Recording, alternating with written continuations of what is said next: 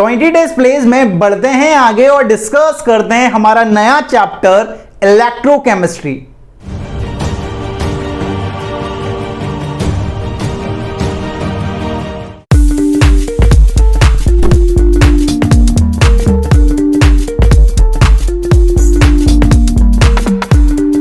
Hello student, कैसे हैं आप? This is chemistry Baba. Welcome to chemistry Adda, एक ऐसा प्लेटफॉर्म जहां पर आप केमिस्ट्री को फील करते हैं। 20 डेज प्लेज चल रही है और 20 डेज प्लेज में अभी तक अपन कई सारे चैप्टर कवर कर चुके हैं। आज अपन नया चैप्टर स्टार्ट कर रहे हैं, हमारा इलेक्ट्रोकेमिस्ट्री। बड़ा इंपॉर्टेंट चैप्टर है, लगातार यहां से क्वेश्चन आते हैं भाई। अब इलेक्ट्रोकेमिस्ट्री नाम से समझ आ रहा है, इलेक्ट्रो मतलब इलेक्ट्रिकल एनर्जी से रिलेटेड है, केमिस्ट्री मतलब केमिस्ट्री का कुछ लोचा आने वाला है। मतलब इलेक्ट्रोकेमिस्ट्री में हम दो चीज करेंगे यार, सिंपल, कि इलेक्ट्रिकल एनर्जी को केमिकल एनर्जी में कन्वर्ट करेंगे और केमिकल एनर्जी को इलेक्ट्रिकल एनर्जी में कन्वर्ट करेंगे। ठीक है, इलेक्ट्रिकल को केमिकल में, केमिकल को इलेक्ट्रिकल में। ये दो चीज के अलावा इस पूरे चैप्टर में कुछ नहीं करने वाले हैं। ठीक है, आज अपन बेसिकली इलेक्ट्रोकेमिस्ट्री को तीन पार्ट में डिवाइड करते हैं। पहला आयनिक कंडक्टेंस, दूसरा गैल्वेनिक सेल और तीसरा हमारा इलेक्ट्रोलाइटिक सेल। अब यहां पर अपन सबसे पहले सबसे इंपॉर्टेंट टॉपिक ले रहे हैं, दैट इज आयनिक कंडक्टेंस, जहां से डेफिनेट बात है कि क्वेश्चन फ्रेम होता है भाई। ठीक है, अब लेकिन चैप्टर शुरुआत करने से पहले मैं कुछ ऐसे टर्म लूंगा जो पूरे चैप्टर में काम आने वाले हैं। ठीक है, इन टर्म्स को बहुत अच्छी तरीके से पढ़ना। कुछ टर्म्स को आप जानते हैं और कुछ टर्म्स को नहीं जानते हैं। ठीक है, तो आराम से मन लगाकर पूरे वीडियो को देखना है और टर्म सीखना है, क्योंकि ये पूरे चैप्टर में काम आने वाले हैं दोस्त। ठीक है, तो स्टार्ट करते हैं इलेक्ट्रोकेमिस्ट्री। इलेक्ट्रोकेमिस्ट्री में सबसे पहला जो टर्म आता है वो आता है इलेक्ट्रोलाइट्स। आपने नाम सुना होगा, strong electrolyte, weak electrolyte. Electrolyte का सिंपल सा मतलब है ऐसे सब्सटेंस जो इलेक्ट्रिसिटी का कंडक्शन करें एक्वस या मोल्टन स्टेट में, तो ऐसे सब्सटेंस को आप क्या बोलते हो? Electrolyte. Substance which conduct electricity in aqueous और molten states are called electrolytes. ठीक है, समझ पा रहे हो? ठीक है, अब जो इलेक्ट्रोलाइट्स होते हैं उसे आपने दो टाइप में डिवाइड किया है, स्ट्रॉन्ग इलेक्ट्रोलाइट और वीक इलेक्ट्रोलाइट। स्ट्रॉन्ग या वीक किस तरह से आप मेजर कर रहे हो कि जैसे ही आप किसी एक पर्टिकुलर सॉल्वेंट में उसे उठा के डालते हो तो वो कितना आयनाइज्ड होता है, कितने आयंस में वो ब्रेक होता है। स्ट्रॉन्ग इलेक्ट्रोलाइट का जो डिग्री ऑफ आयनाइजेशन होता है या डिग्री ऑफ डिसोसिएशन जिसे कह सकते हैं, वो 100% होता है, मतलब पूरी तरीके से वो आयनाइज हो जाते हैं। और वीक इलेक्ट्रोलाइट का जो डिग्री ऑफ आयनाइजेशन होता है, दैट इज अल्फा, वो वेरी लेस देन 100%, मतलब उनका आयनाइजेशन बहुत कम होता है, मतलब वो आयंस में ब्रेक बहुत कम होते हैं भाई। ठीक है, अब स्ट्रॉन्ग इलेक्ट्रोलाइट के जो एग्जांपल आते हैं वो आते हैं स्ट्रॉन्ग एसिड, स्ट्रॉन्ग बेस और सभी सॉल्ट। वीक इलेक्ट्रोलाइट के एग्जांपल आते हैं वीक एसिड और वीक बेस। अब इनके नाम भी देख लो थोड़े बहुत। स्ट्रॉन्ग एसिड कौन कौन से होते हैं? नाम सुना होगा H2SO4, ठीक है, HCl, HNO3, ये सारे के सारे स्ट्रॉन्ग एसिड्स होते हैं। स्ट्रॉन्ग बेस जैसे कि हमारे पास NaOH होता है, KOH है, कैल्शियम हाइड्रोक्साइड है, ये सारे के सारे हमारे स्ट्रॉन्ग बेस होते हैं। और सॉल्ट जितने भी हैं भाई, जितने भी आपने नाम सुने होंगे, NaCl, KCl, CaSO4, ठीक है, आपके पास और हो सकता है भाई, आपके पास MgSO4, बहुत सारे CuSO4, ये सारे के सारे क्या हैं? आपके सॉल्ट हैं। और सारे सॉल्ट जो रहते हैं वो स्ट्रॉन्ग इलेक्ट्रोलाइट की तरह आप उन्हें कंसीडर करते हो। अब अगर वीक इलेक्ट्रोलाइट की बात करें तो वीक इलेक्ट्रोलाइट में वीक एसिड आते हैं। वीक एसिड का आपने नाम सुना होगा एसिटिक एसिड, CH3COOH, HCN, ठीक है, ये आपके वीक एसिड होते हैं। वीक बेस NH4OH, ठीक है, ये आपके पास वीक बेस होता है यार। ठीक है, तो सिंपल सी बात, इलेक्ट्रोलाइट ऐसे सब्सटेंस जो इलेक्ट्रिसिटी का कंडक्शन करें एक्वस या मोल्टन स्टेट में, उन्हें इलेक्ट्रोलाइट बोल दिया। इलेक्ट्रोलाइट दो टाइप के, स्ट्रॉन्ग इलेक्ट्रोलाइट, वीक इलेक्ट्रोलाइट। अगर जितने आयन हैं उनमें फर्नेस्ड हो रहा है तो उसे बोल दिया स्ट्रॉन्ग इलेक्ट्रोलाइट, और उनका अगर ऐसे इलेक्ट्रोलाइट जिनका डिग्री ऑफ आयनाइजेशन बहुत कम है उसे वीक इलेक्ट्रोलाइट। स्ट्रॉन्ग इलेक्ट्रोलाइट का एग्जांपल होते हैं स्ट्रॉन्ग एसिड, स्ट्रॉन्ग बेस और सभी सॉल्ट। वीक इलेक्ट्रोलाइट के एग्जांपल होते हैं वीक एसिड, वीक बेस। ठीक है, ये एग्जांपल थोड़े बहुत दिमाग में रखना है। अब जो दूसरा टर्म आता है वो आता है कंडक्टर। कंडक्टर बचपन से पढ़ते आ रहे हो भाई, ठीक है, बस वाला नहीं है, पहली बात तो सुन लो। ठीक है, किसी के दिमाग में जैसे ही कंडक्टर आता है तो वो टिकट टिकट टिकट टिकट दिमाग में चलने लगता है, वो कंडक्टर नहीं है दोस्त। ठीक है, दूसरे कंडक्टर हैं। ठीक है, कंडक्टर जनरली बेसिकली जो ऐसे सब्सटेंस होते हैं जो अपने अंदर करंट को पास होने देते हैं, ठीक है। तो कंडक्टर जो रहते हैं वो दो टाइप के होते हैं, मेटेलिक कंडक्टर और आयनिक कंडक्टर। मेटेलिक कंडक्टर की आप बात करते हो फिजिक्स में करंट इलेक्ट्रिसिटी वाले चैप्टर में, और आयनिक कंडक्टर की अभी हम यहां पर बात करने वाले हैं, ठीक है। मेटेलिक कंडक्टर में आप जानते हो करंट किस तरह से फ्लो करता है, इलेक्ट्रॉन जैसे ही फ्लो करता है वहां उसके कारण आपका करंट डेवलप होता है। तो यहां पर जो चार्ज कैरियर है मेटेलिक कंडक्टर में वो फ्री इलेक्ट्रॉन होते हैं। वहीं अगर आयनिक कंडक्टर की बात करें तो आयनिक कंडक्टर में जो आपके चार्ज कैरियर होते हैं वो फ्री आयन होते हैं। आयंस के मूव करने से चार्ज डेवलप होता है, क्योंकि चार्ज डेवलप हो रहा है करंट डेवलप होता है चार्ज के मूव करने से। यहां इलेक्ट्रॉन के मूव करने से डेवलप हो रहा है और यहां आयन के मूव करने से हो रहा है।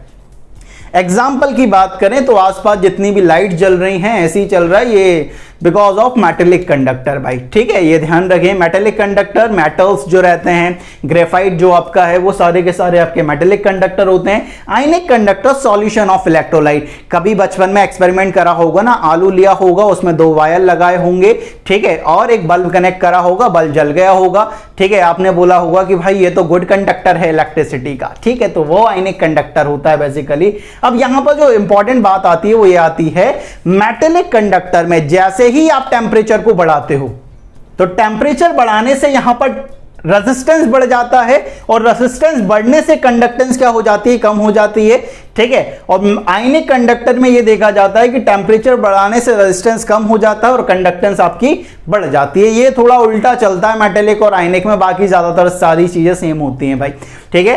तो ये मेटेलिक कंडक्टर जो आप क्लास 12th फिजिक्स में पढ़ोगे करंट एंड इलेक्ट्रिसिटी वाले चैप्टर में, और आयनिक कंडक्टर जो अभी अपन यहां पर डिस्कस करने वाले हैं, ठीक है। तो ये आपके पास कुछ जनरल टर्म थे जिन्हें आप पहले से जानते थे, अगर नहीं जानते तो अब जान गए होंगे। चलिए डिस्कस करते हैं कुछ और टर्म्स जो हमारे इस चैप्टर में काम आने वाले हैं। डिफरेंट कंडक्टेंस टर्म में सबसे पहला जो टर्म हमें डिस्कस करना है वो है कंडक्टेंस, जिसे आप कैपिटल जी या कैपिटल सी से डिनोट करते हो, रिप्रेजेंट करते हो। कंडक्टेंस का सिंपल सा मतलब होता है it is reciprocal of resistance, resistance का रेसिप्रोकल। तो अपन इसे इस तरह से डिफाइन कर सकते हैं कि G इक्वल टू क्या हो जाएगा हमारे पास 1/R, ठीक है। G इक्वल टू क्या हो जाएगा 1/R, और यह R यहां पर क्या है, रेजिस्टेंस है भाई, ये क्या है हमारे पास, रेजिस्टेंस है, ये ध्यान रखेंगे, ठीक है। तो अगर इसके कोई यूनिट की बात करें कि इसकी यूनिट क्या होगी, तो रेजिस्टेंस की यूनिट क्या होती है, ओम। तो अपन G की यूनिट क्या लिख सकते हैं, ओम इनवर्स, या और क्या लिख सकते हैं, मोह, उल्टा कर दो इसे, मोह, और क्या लिख सकते हैं, स्लेमन,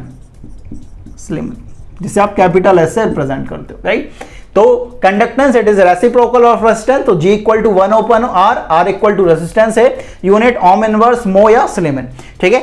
अब अगर दूसरे कंडक्टेंस टर्म की बात करें तो दूसरा कंडक्टेंस टर्म आपके पास आता है कंडक्टिविटी या स्पेसिफिक कंडक्टेंस। उसे समझने के लिए ऐसा समझो कि आपके पास एक कंडक्टर है भाई, ठीक है, मेटेलिक कंडक्टर की बात करता हूं, ठीक है। उसकी जो लेंथ है वो L है और उसका जो एरिया ऑफ क्रॉस सेक्शन है वो कैपिटल A है, ठीक है। उसका एरिया ऑफ क्रॉस सेक्शन क्या है, एक वायर ले लो भाई, उसकी लेंथ L है और उसका एरिया क्या है, A है।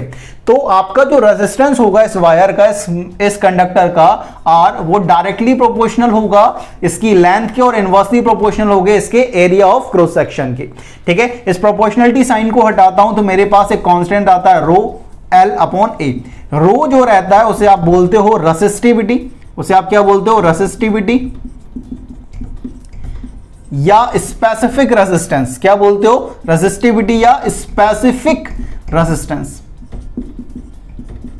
ठीक है। तो रो आपका क्या हो जाएगा, रो इक्वल टू हो जाएगा आपके पास R इंटू A/L, ठीक है। और 1/रो क्या हो जाएगा आपके पास, 1/रो हो जाएगा आपके पास 1/R इंटू L/A, ठीक है। और ये जो 1/रो ही जिसे आप बोलते हो वही आपकी स्पेसिफिक कंडक्टेंस या कंडक्टिविटी होती है, उसी को आप कप्पा बोलते हो। और कप्पा किसके बराबर हो जाएगा, 1/R इंटू L/A के बराबर, ठीक है। तो K किसके बराबर हो जाएगा, 1/रो के, और 1/रो किसके बराबर है, 1/R इंटू L/A। अब बात करते हैं कि अब हमारे पास यहां पर L क्या होने वाला है, A क्या होने वाला है। ठीक है। आर मतलब रेजिस्टेंस होगा कंडक्टर का, एल क्या होगा, क्या लेंथ होगी, लेंथ। तो यहां पे तो अपन मेटेलिक कंडक्टर की बात ही नहीं कर रहे हैं,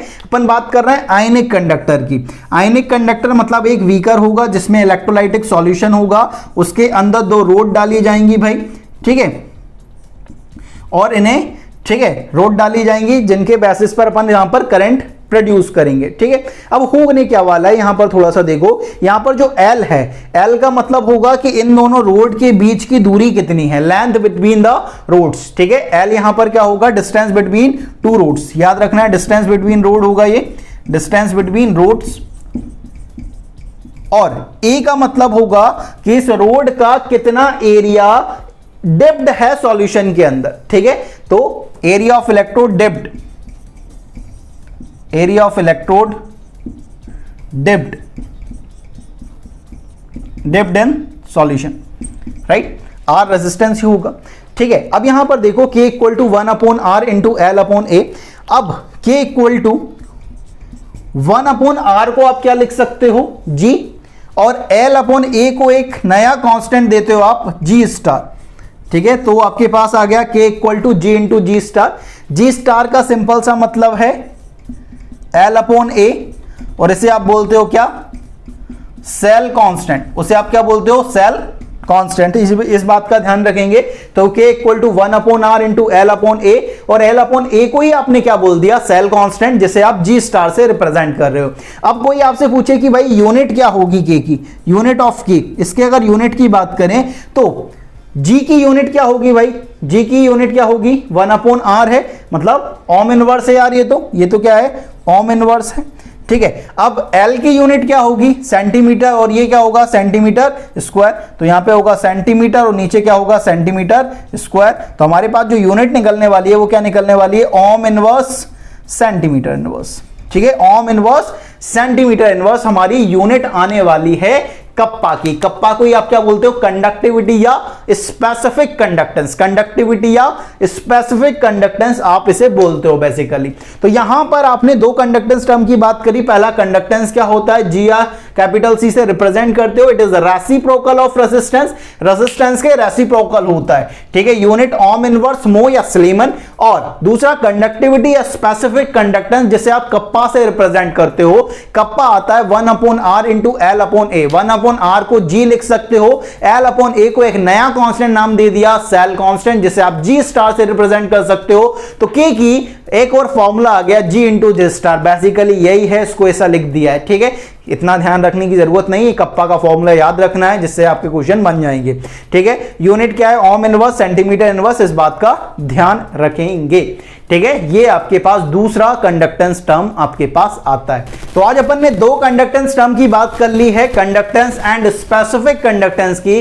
नेक्स्ट वीडियो में और कंडक्टेंस टर्म डिस्कस करेंगे जिसमें molar conductance and equivalent conductance है। तो इस वीडियो में इतना ही, मिलता है नेक्स्ट वीडियो में, तब तक के लिए पढ़ते रहें। जय हिंद, जय भारत।